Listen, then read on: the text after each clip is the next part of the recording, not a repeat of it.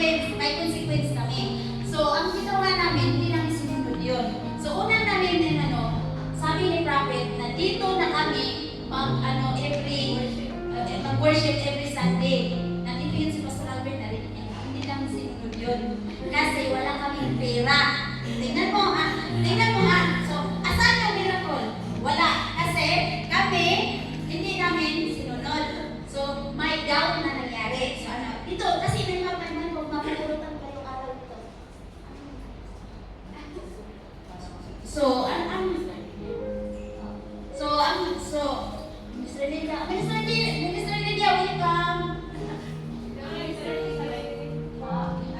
Tapos, ang sumunod is, kasi, kumuha kami ng bahay. Ang ginawa namin sa pinagari, sabi kami kay Prophet, sabi ni Prophet, dito talaga. Ang ginawa namin, tawa-tawa na kami, kumuha tayo ng bahay. Pagduha na natin. So, ang nangyari, na-feel kami doon. Buti na lang rescue ang dalawa. Tinulungan kami financially. Yung dalawa. Yung tithes na, sabi ni Prophet, okay, hold your tithes para sa church. So, hindi namin binigay yung tithes namin. Nag-hold yung tithes namin. Ang ginawa namin, gumawa kami ng sariling idea. Tingnan mo, hindi natin yung sa Prophet namin. Ayun, may consequence. Ang bahay natuloy. So, na-fail. So, bawasan yung pera namin doon. Buti na lang, mag-rescue ako sa Dubai family. Sila yung nag-rescue yung tithes namin. Hindi na po na yung tithes namin. Pangalawa, nagkasala tayo. Ito nagkasakit.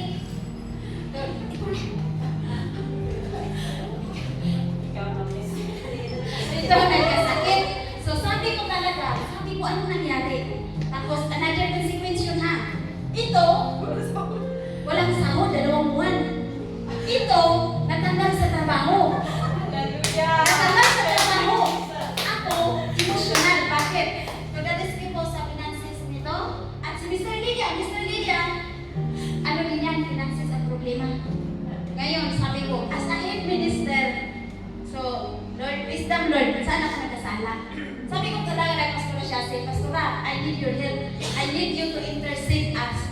Kasi may nagawa ata kami. So doon, wisdom, glory to Jesus, bigyan kami ng wisdom. So doon pala, bakit kami nagaganon? Dahil yung tithes namin, pinuhold namin dito, hindi pa tayo dito nakatira, hindi namin pinadala noon. Ang tithes is, di ba, Malakay 3:10 to give it to storehouse. Nandun po yung storehouse namin. Ito si Prophet, alam niya ni Prophet, pero hindi kami pinagsabihan kasi gusto niya matuto kami. So ngayon, ang ginawa ko, pagkatapos nun, sabi ko, meeting tayo. Kasi may something talaga tayong nagawa. Huwag nakasali si Mr. Stein. Sa amin nagkasala. Nagkasala talaga kami. So sabi ko, padala natin to. Noong pinadala ko, right away, ito. Pero medyo natagalan talaga si Mr. Berlin. Talagang disiplina. Sabi ko talaga, Lord, saan? Kasi ako, naisip ko rin yung Lord. Saan ba ako nagkasala? Bakit may consequence na ganito? Sabi ko, tapos ito, dili na. Sabi niya, Mr. Ben, 2 buwan ako nilang sahod. Tapos Mr. Iba, hindi nagkatrabaho. Sabi ko, laging prophesy si Prophet. Kahit may prophecy si Prophet, receive kahit ano pa gawin. Receive it. Pero, hindi yan ko na kami dahil may ginawa ang kasalanan. At yan yung ginawa namin. So ngayon, last Sunday, sabi ko, di ba, this is the time of breakthrough. Yun, glory to God. Sa music. Oo, yun nga. Kasi dito siya nagpaalam. Disobedient rin. Ito, disobedient. Hindi nagpaalam sa amin. Sarili niya. Hindi nagpaalam sa amin. Hindi nagpaalam kay Pastor siya. Hindi nagpaalam kay Daddy. Biglang nag-enroll ng music. Oo. Tapos na-feel siya. Doon siya disiplina talagang binigyan siya ng sakit. Siyempre, mahiling ministry tayo. We do not accept defeat, pero yan yung ginawa sa amin. Bakit? Nagkasala na kami. Imagine, tithes na hindi namin binigyan. Nandun lang, sabi ko, bakit?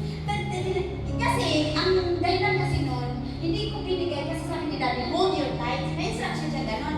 Pero dahil, sabi niya, hold your tithes for the place of worship. Eh, hindi pa tayo gumagamit dito. Eh, kaya na-stagnant yung sahod namin. Hindi namin pinadala doon. Noong pinadala na namin, breakthrough,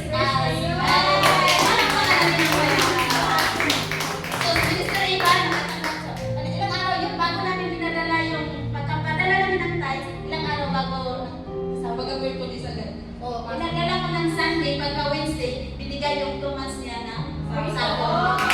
Delay. Minister Eva, may trabaho na. Araw may trabaho. Si Minister Berlin, Lord to Jesus, magaling na siya ngayon. Join na. Minister Lilia, ito ba Minister Lilia? Breakthrough din sa kanya, finances. Kasi si Minister Lilia din, grabe. Matagal na siya nagsabi na kunin niya yung sahod niya advance. Hindi talaga siya pinapansin ng amo niya. Noong Sunday na, ngayon, ito na. Yun nakamit namin. Isipin mo kami talaga lahat. At ako, ito ang sabihin ko, ang sa akin is, emotional ako. Alam mo ba yung, sabi ko sa sarili ko na, ala, ayaw ko bumalik si Dimon sa akin. Kasi, emotional na ako, madali na ako magalit. Madali na ako mainip. Sabi ko, bakit ako ganito? Hindi ako ganito. Yun nga, kasi lahat kami may consequence. So, this is our testimony. Glory to Jesus, but we repent. Again, pero bago yan ha, bago nagkaroon ng breakthrough, talagang gumawa ako ng WhatsApp group. Sinabi ko lahat kay Prophet Daddy, hindi talaga kami ng patawad. Sabi ko, kami lahat, sabi ko, pag-visit kayo kay Daddy, na Daddy, patawad kasi nagkasala kami. Talaga yun na, alam mo, reply ni Daddy, sabi lang, I just take blessings, abundance. Doon namin ang sabi ni Prophet. Tapos yun na, sabi niya, huwag ka mag-alala, nag-message siya sa akin, huwag ka mag-alala, precious. So last Sunday, yun, Lord, hallelujah, praise the Lord.